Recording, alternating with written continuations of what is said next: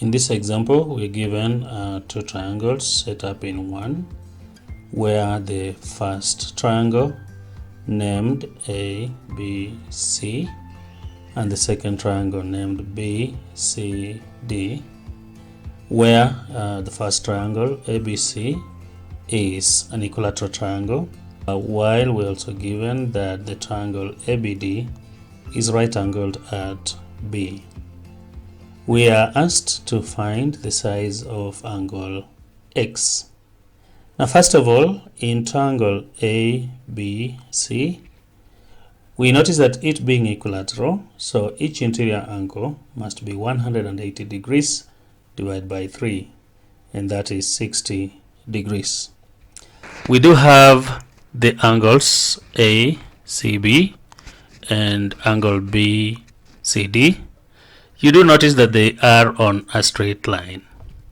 So we know that angles on a straight line will always add up to 180 degrees.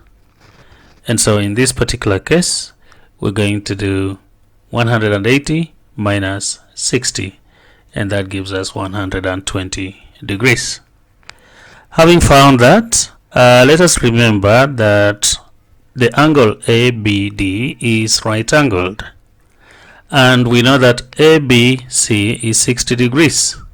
So to get angle DBC, we're going to do 90 take away 60, and that gives us 30 degrees. Now in triangle BDC, you notice that we do have two angles, 120 and 30, and we know that the sum of angles in a triangle is 180 degrees.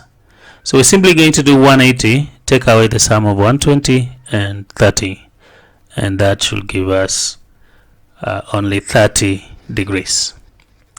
That's it. We would have gotten the size of our angle. We can now say that we have found a final solution. For your practice, I have given you an example to try out on your own. Please check out the comment section. The answer is there. Now, here is the viewer's challenge for you to try on your own.